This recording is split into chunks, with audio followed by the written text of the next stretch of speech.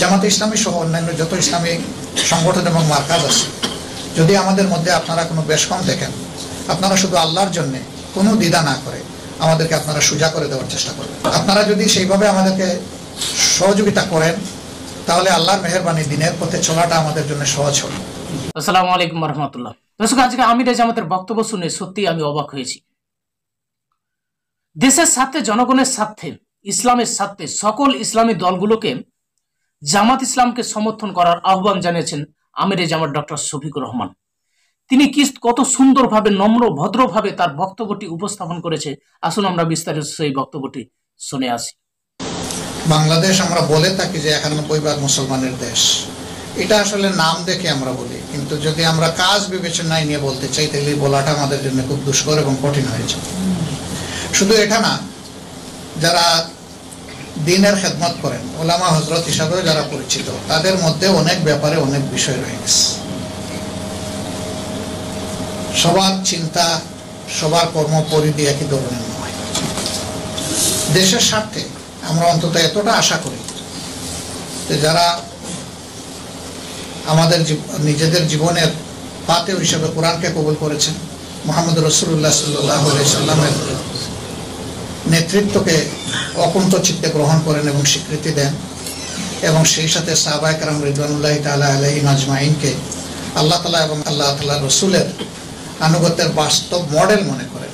এই তিনটা জায়গা ঠিক থাকলে আমাদের মধ্যে, মুমিনদের মধ্যে ঐক্য হওয়া সম্ভব, এবং এখানে আর কোনো বড় জিনিস আমাদেরকে বাধা দিতে পারবে না। কাউকে যদি জিজ্ঞেস করা হয় যে এই তিনটা মানেন কিনা, সবাই বলে মানেন। তো সবাই মানলে আমাদের ঐক্য হয় না কেন? এই সবাই মানি, কিন্তু কিছু শর্ত সহ মানি। আমার এই শর্তটা যদি পূরণ হয় তাইলে আমি মানি, যদি না হয় তাইলে আমি নাই। এখন আমরা যখন শর্ত দেব তখন এটা মনে করতে হবে যে আমি শর্ত দেওয়ার মতো একমাত্র অধিকারী নই, আরো শর্ত দেওয়ার মানুষ আছে, দল আছে, সংস্থা আছে। এই সব শর্তের ফায়সালা করে একটা ঐক্য আসলে করা খুবই দুষ্কর। এই জায়গায় সবাইকে উদার মনে এগিয়ে আসতে হবে। কারো যদি কোনো ভুল থাকে তাকে দরদের সাথে ধরিয়ে দিতে হবে, সাহায্য করতে হবে, পরামর্শ দিতে হবে। কিন্তু সেই ভুল না ধরিয়ে দিয়ে আমি যদি সমালোচনায় নেমে যাই তাহলে আমার সমালোচনা কার্যকর হতেও পারে, নাও হতে পারে। কিন্তু আমি যদি দরদের সাথে ধরিয়ে দিই তাহলে আশা করা যায় এর দ্বারা উভয় উপকৃত হবে। যিনি ধরিয়ে দিলেন এবং যাকে ধরে দেওয়া হবে, উভয় উপকৃত হওয়ার সম্ভাবনা থাকে। এই জায়গায় যদি আমরা অন্তত আসতে পারি তাহলে বহু সমস্যা আমাদের মিনিমাইজ হয়ে যাবে। আমরা সংশ্লিষ্ট ব্যক্তি কিংবা দলকে বলার আগে আমরা জনগণকে বলে দিই অনেক বিষয়। এটা তো তাহলে ভাই হিসাবে, বন্ধু হিসাবে আমি আমার দায়িত্ব সেভাবে পালন করলাম। যার হওয়া কাকে তাকে বলি, তাকে সাহায্য করি, তার জন্য দোয়া করি। সে কিছুই জানলো না, তাকে কিছুই বললাম না, আমরা বলে দিলাম জনগণের কাছে। ঐক্য হওয়াটা অবশ্যই আমাদের কামনা। এর মাধ্যমে মুসলিম উম্মার মধ্যে, মুসলমানদের মধ্যে আলহামদুলিল্লাহ উচ্ছ্বাস তৈরি হবে, আবেগ তৈরি হবে, সাহসিমত বাড়বে, আগ্রহ বাড়বে দিনের খেদমত করার জন্য। কিন্তু ঐক্যের পরে যখন ঐক্যটা ভেঙে যায় তখন তো মুমিনদের হৃদয়টাও ভেঙে যায় এর সাথে। কেন আমরা এই ঐক্য ভাঙি, গড়ি বা কেন, ভাঙি বা কেন? এই জন্যে এবার আমরা সবাইকে অনুরোধ করতেছি যে ভাই, ঐক্যটা গড়বেন, আল্লাহর রাস্তে একটু দিলটা বড় করে আসেন। ছোটখাটো বিষয়গুলো নিয়ে আমরা টানাটানি না। আমরা তো কোনো সময় করি না, এটা আমি আমার পক্ষ থেকে দায়িত্ব নিয়ে বলছি। আমরা এগুলো কোনো সময়ই করি না। আমাদের যারা সমালোচনা করেন আমরা সকলকে বন্ধু মনে করি। বলবেন গালি দিলেও কি বন্ধু মনে করেন? হ্যাঁ, বন্ধু মনে করি।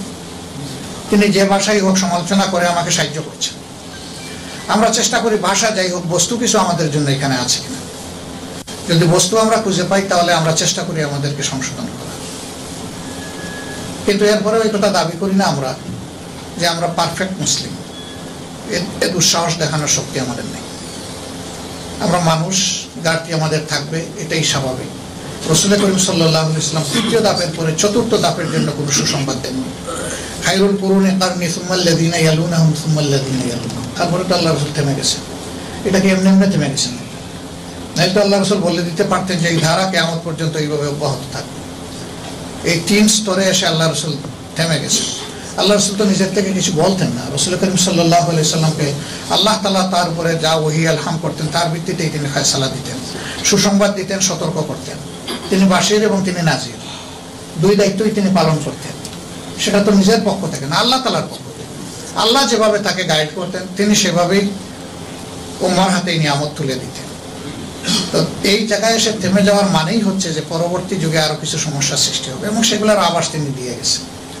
এখন হবেটা কি? তাইলে কি এইভাবে বিশৃঙ্খল অবস্থায় আমরা চলতেই থাকবো আর আমরা অপমানিত এবং লাঞ্ছিত হতে থাকবো?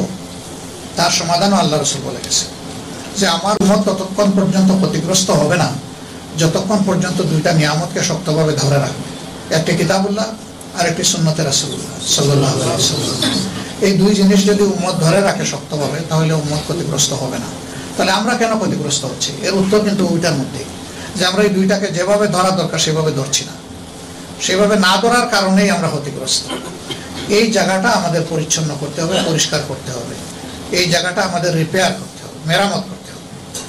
আল্লাহ তাআলা সেই রুহানি ওয়াক্ফ যেন আমাদেরকে গড়ার তৌফিক দান করেন। আমি আপনাদেরকে দোয়া চাই, আমার সহকর্মীদেরকে আমি বলার চেষ্টা করি, বলছি, বলে যাব, বলতে থাকবো যে দিন কেবল আমাদের নয়, আমাদের সবার, একা জামাত ইসলামীর না। সুতরাং সবাইকে নিয়েই দিনের পথে লড়াই করবো ইনশাআল্লাহ। কেউ আমাদেরকে স্বীকৃতি দেখ, মর্যাদা দেখ, তারও পরোয়া আমরা করবো না।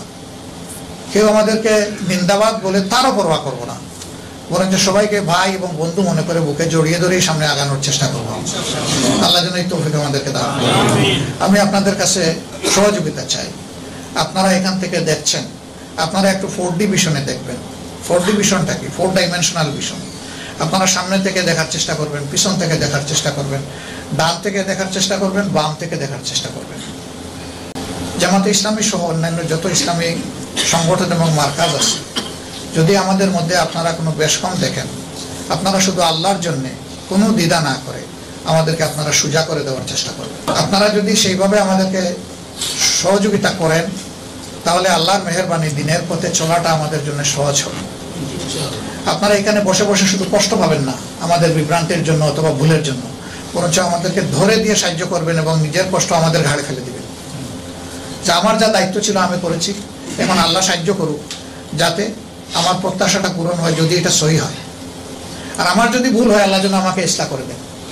আমি যাদের জন্য এই কোশিশ করেছি তাদের যদি ভুল হয় আল্লাহ তাদেরকে ইসলাহ করে দেন। যদি এইভাবে পারস্পরিক ভালোবাসা, দোয়া, সহযোগিতা থাকে, আলহামদুলিল্লাহ আমরা আগায় যেতে পারবো ইনশাআল্লাহ।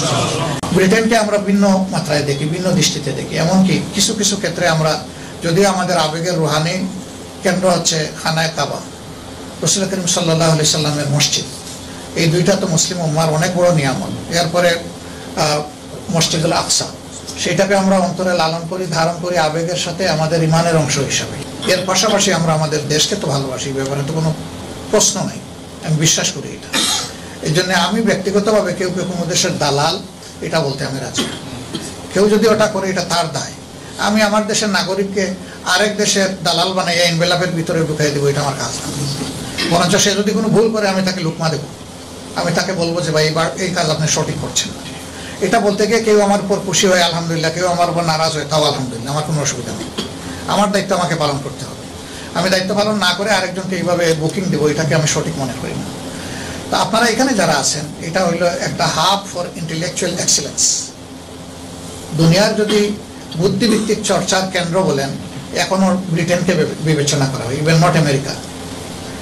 অনেক মানুষের পারসেপশন হচ্ছে যে আমেরিকাও এখান থেকে শিক্ষা নেই, এমন একটি পরিবেশে আপনারা আছেন। কিছু কিছু ক্ষেত্রে বাংলাদেশে যে ফ্রিডম নাই সেটা এখানে আছে, আবার কিছু কিছু ক্ষেত্রে যেটা বাংলাদেশে আছে সেটা এখানে নাই।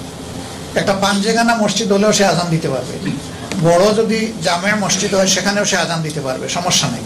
কিছু দিকে আমরা খুব ভালো আছি, কিছু দিকে আপনারা আমাদের চেয়ে ভালো আছেন।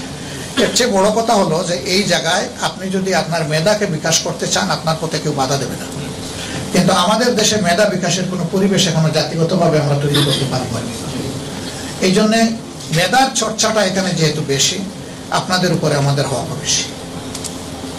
এখান থেকে কৌশলগত বিষয়গুলো দিনের হাইসিয়ত ঠিক রেখে কি কি বিষয় আমরা অবলম্বন করলে আমাদের প্রতিপক্ষ, আমি অবশ্য শত্রু কাউকে বলি না, এই শব্দ আমি ব্যবহার করি না, বলি প্রতিপক্ষ, আমাদের প্রতিপক্ষ আমাদেরকে ঘায়েল করতে পারবে না, এই বিষয়ে অ্যাডভোকেসি করার, আমাদেরকে রিকমেন্ড করার অধিকার নয়। আমি বলবো যে এটা আপনাদের দায়িত্ব। আমরা আপনাদের কাছ থেকে দায়িত্বটাই আশা করি, আপনারা এগিয়ে দিবেন।